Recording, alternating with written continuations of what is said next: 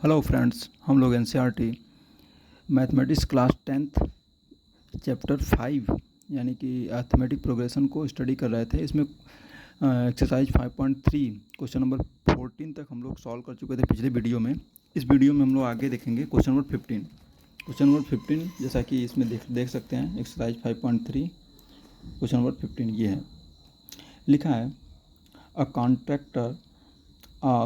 contract on construction job specifies a penalty for a delay of completion beyond a certain days as following: 200 रुपये for the first day, 250 for the second day and 300 for the third day and it is। ठीक है, आप समझिएगा। ठीक है, कोई contractor था, वो किसी काम करने वाले व्यक्ति को 200 रुपये पर डे का पेनाल्टी लगाता था।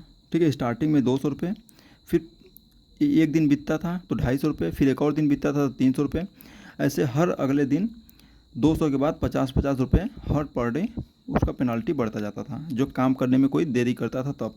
तो कह रहा है 30 दिन में कुल कितना पेनाल्टी वो लगा देगा। ठीक है, समझिएगा। How much money the contractor has to pay as a penalty if he has delayed the work by 30 days. ठीक है, 30 दिन में वो कॉन्ट्रैक्टर कितना पेनाल्टी लगा देगा। अब समझिएगा इस क्वेश्चन को, बहुत ही ईजी है, मैं सीधे लिखने वाला हूँ। ठीक है, मान लीजिए वो फर्स्ट डे 200 रुपये का पेनाल्टी लगाता है, सेकेंड डे कितना लगाएगा 250 का, थर्ड डे 200 300 का, अगले दिन 350 का, इसी तरह वो 30 डेज तक। ये क्या है, फर्स्ट डे, ये सेकेंड डे,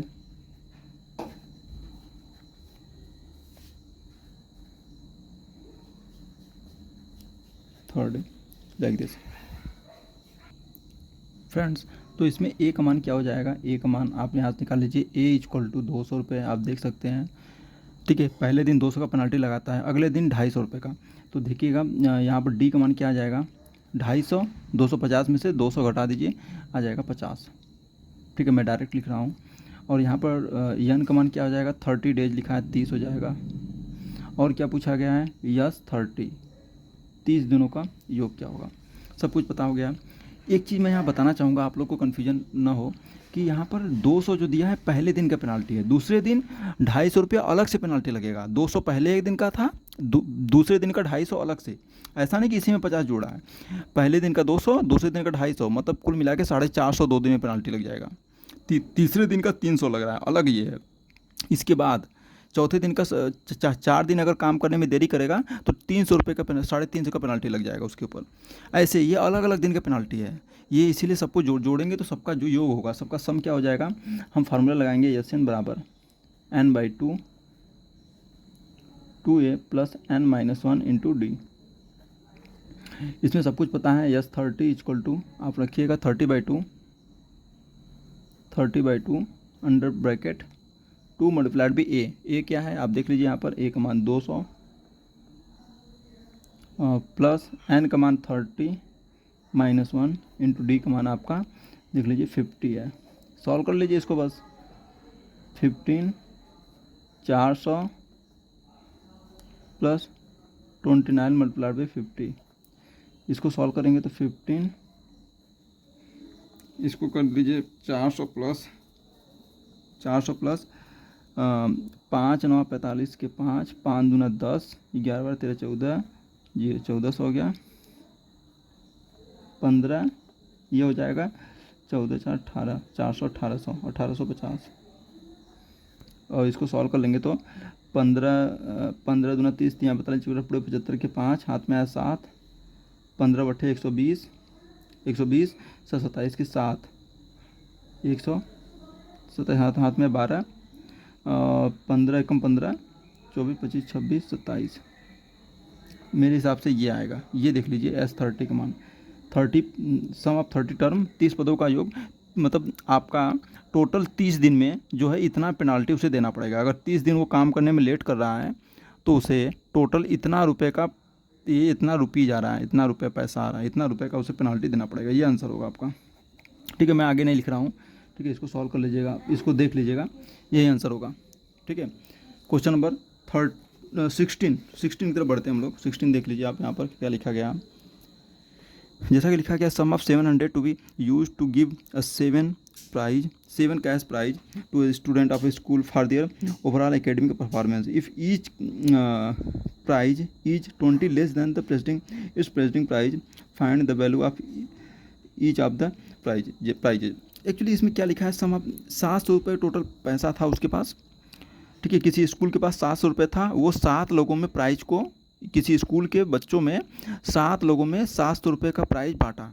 कोई ज़रूरी नहीं सबको 100 रुपये दिया गया हो, किसी को ज़्यादा किसी को कम हो सकता है। तो कह रहा है इस प्रकार से बांटा गया कि हर एक प्राइज, पहला प्राइज दूसरे प्राइज से 20 रुपये कम था। जो पहला प्राइज था पिछले वाले से 20 रुपये कम था, और फिर पिछला वाला अपने पिछले वाले से 20 रुपये और कम, उसके बाद उससे पीछे जो है वो 20 रुपये और कम, इसी प्रकार 20-20 रुपये कम होता गया। तो कह रहा है कि सारे प्राइज की वैल्यू क्या होगी। तो यहाँ पर देखिएगा, मैं आपको बताना चाहूँगा, हम यहाँ पर मान लेते हैं, इसको सॉल्व करने के लिए पहले मानना पड़ेगा। मान लेते हैं लेट पहला प्राइज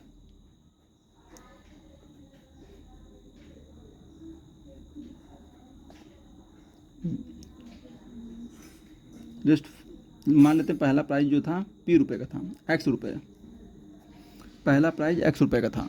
तो दूसरा प्राइज क्या होगा, दूसरा प्राइज क्या होगा, पहला X होगा तो दूसरा X माइनस 20 होगा, अगला X माइनस 40 होगा, अगला X माइनस 60 होगा, फिर अगला X माइनस 1 2 3 4 5, X माइनस यहाँ पर 80 हो जाएगा, फिर X माइनस 100 हो जाएगा।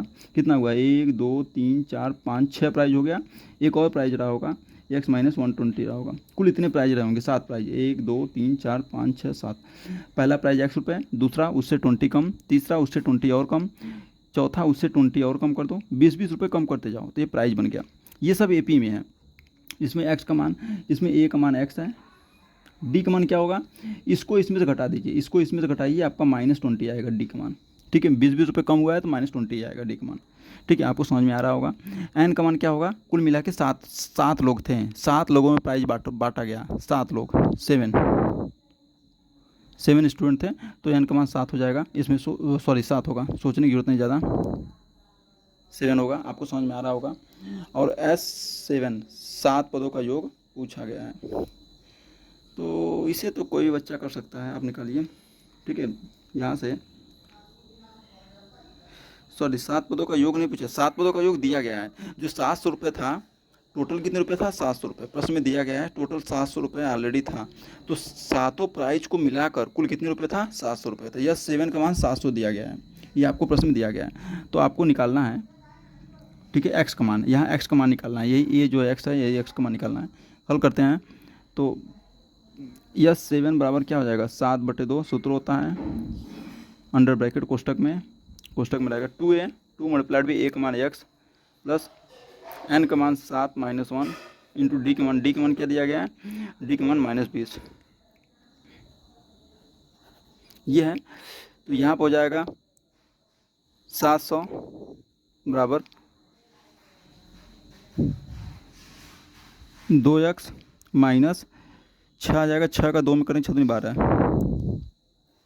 ठीक है, ये तो समझ में आ गया होगा, 2x माइनस 6 दूनी 12 जितना आ गया। इस दोनों में से 2 कॉमन लेके इसे काट दो तो हो जाएगा, ये 7 से 7 भी काट दो तो हो जाएगा 100 बचेगा, 100 बराबर 7 से 60 कट गया, ये 2 में से 2 कॉमन ले लो तो बचेगा x माइनस 60। ये समझ में आया, मैंने कैसे किया, ये 2 कॉमन हो गया, इससे कट गया, इसमें से भी 2 कॉमन लेंगे, इसे काटेंगे तो 60 बार में भाग जैसे चला जाएगा, 60 बार में कट जाएगा। अब 60 को माइनस से उधर जाएगा, प्लस हो जाएगा, तो x बराबर आ जाएगा 60 में 100 जोड़ेंगे तो 110, x का मान क्या आ जाएगा, 160 आ जाएगा। x क्या था, फर्स्ट प्राइज था, तो फर्स्ट प्राइज को मैंने x माना था। तो आप देख लीजिए जो ये वैल्यू आया है ठीक है, फर्स्ट प्राइज को मैंने x माना था, तो जो x बराबर 160 आया है, वास्तव में ये बता रहा है कि पहले व्यक्ति को जो प्राइज मिलेगा 160 रुपये का मिलेगा, दूसरे व्यक्ति को क्या मिलेगा 20 रुपये कम हो जाएगा 140, तीसरे व्यक्ति को क्या मिलेगा फिर 20 रुपये कम हो जाएगा 120 हो जाएगा, फिर 20 रुपये कम कर दो 100 हो जाएगा, इसी तरह 20 रुपये कम होता जाएगा। तो प्राइज क्या होगा, देन प्राइज विल बी, यहाँ पर लिख दे रहा हूँ मैं, देन इसलिए देयरफॉर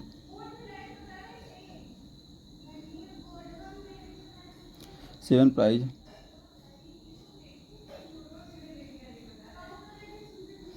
क्या होगा आप समझ सकते हैं। पहला प्राइज हो जाएगा, यहाँ पर मैं लिख दे रहा हूँ, पहला प्राइज क्या हो जाएगा, यहीं पे लिख दे रहा हूँ मैं, 160 रुपये का था, दूसरा इससे 20 रुपये कम कर दो 140 रुपये, फिर 20 रुपये कम कर दो 120 रुपये, फिर 20 रुपये कम कर दो 100 रुपये, फिर 20 रुपये कम कर दो 80 रुपये, फिर 20 रुपये कम कर दो 60 रुपये।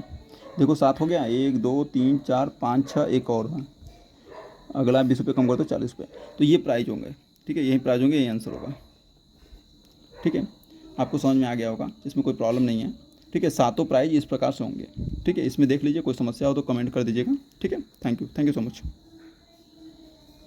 अगला क्वेश्चन देखते हैं, क्वेश्चन नंबर 16 हो गया, मतलब क्वेश्चन नंबर 17 जो ये दिया है, in school student through the thought of planting tree in and around the school to reduce the air pollution. ठीक है, किसी स्कूल में बच्चे सोच रहे थे पेड़ लगाना, ठीक है, एयर पोल्यूशन को कम करने के लिए। उन्होंने डिसाइड किया कि कितना पेड़ लगेगा।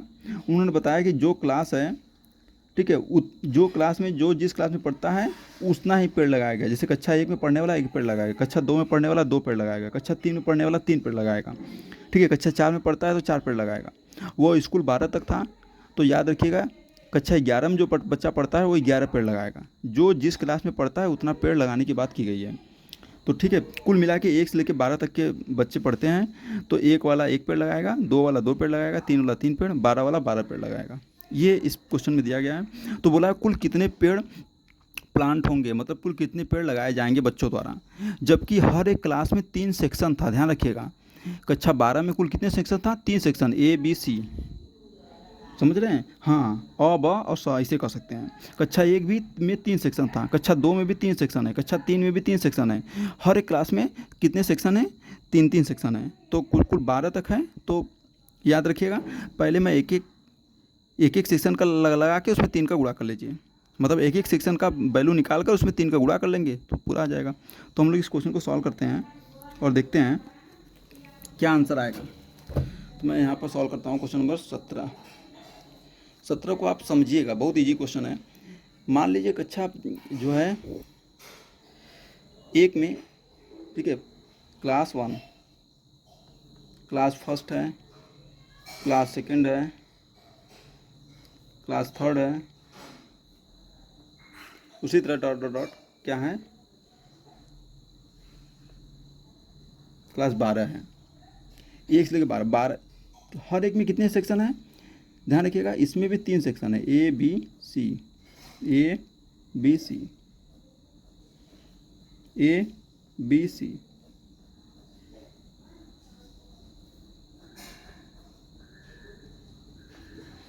हर एक क्लास में 3 सेक्शन है, ध्यान रखिएगा। हमें बस एक सेक्शन का वैल्यू निकालना है, मतलब क्लास फर्स्ट में मान लीजिए एक का वैल्यू निकाल लीजिए। इसमें जो सेक्शन ए में जितने बच्चे पढ़ते हैं 1 पेड़ लगाएंगे। क्लास सेकंड में, दूसरे कक्षा में जो सेक्शन ए में पढ़ते हैं मान लीजिए, तो 1 पेड़ लगाएंगे। सेक्शन क्लास 3 में जो सेक्शन ए में पढ़ते हैं वो भी एक पेड़ लगाएंगे। ठीक है, इसी तरह कक्षा 12 में जो ए में सेक्शन पढ़ते हैं वो भी 12 पेड़ लगाएंगे। ठीक है, 3 में 3 पेड़, 2 में 2 पेड़, 1 में 1 पेड़। तो याद रखिएगा, केवल एक सेक्शन का निकाल कर उसमें 3 का गुणा कर लीजिए। क्यों? क्योंकि सेक्शन ए में जो कक्षा 1 में जो सेक्शन ए में पढ़ता है वो सब 1 पेड़ लगाएंगे, बी वाले भी 1 पेड़, सी वाले भी 1 पेड़। तो बस एक सेक्शन का इसका निकाल लीजिए, एक का इसका निकाल लीजिए, एक का इसका, और उसमें 3 का गुणा कर लीजिएगा।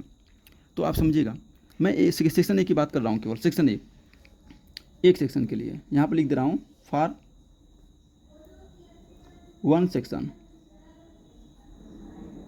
ठीक है, एक सेक्शन के लिए कक्षा 1 में 1 पेड़ लगाएगा, कक्षा 2 में जो रहेगा 2 पेड़ लगाएगा, कक्षा 3 में रहेगा 3 पेड़, कक्षा 4 में रहेगा 4 पेड़, कक्षा 5 में रहेगा 5 पेड़, डॉट डॉट डॉट, कक्षा 12 में रहेगा 12 पेड़ लगाएगा। ये कहानी आपको समझ में आई? ठीक है, ये आपको समझ में आनी चाहिए।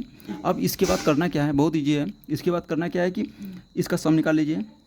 मैं सीधे फार्मूला लगा दे रहा हूँ। ये n का मान 12 हो जाएगा, yes 12 equal to 12/2 under bracket 2 गुणे a का मान 1 है प्लस n का मान 12 माइनस 1 इंटू d का मान क्या है, 2 में से 1 गया 1 आ जाएगा। 6 2 1 कम 2 धन 12 में से गया 11। हल करते हैं तो ये आ जाएगा 6 13। तो कर लीजिए, ये क्या आ जाएगा, 13 की 13, 13 दूना 26, 13 39, 13 चौका 52, 13 पचे 65, 13 छंग 78, 13 छंग 78। 78 देखिए, अभी ये उत्तर नहीं है, ये 78 ये बता रहा है कि हर क्लास का जो पहला सेक्शन है, पहला सेक्शन में कुल 78 पेड़ लगेंगे, दूसरा सेक्शन में भी ऐसे ही 78 पेड़ लगेंगे, तीसरा सेक्शन भी उठाएंगे तो भी 78 पेड़ लगेंगे। तो यानी कि एक सेक्शन में 78 पेड़ लग रहे हैं, तो तीनों में 78 पेड़ लगेंगे। तो तीनों सेक्शन में क्या हुआ, इसको 3 बार जोड़ दीजिए या फिर 3 का गुणा कर लीजिए, इसीलिए लिखेंगे, इसीलिए for all section, for 3 section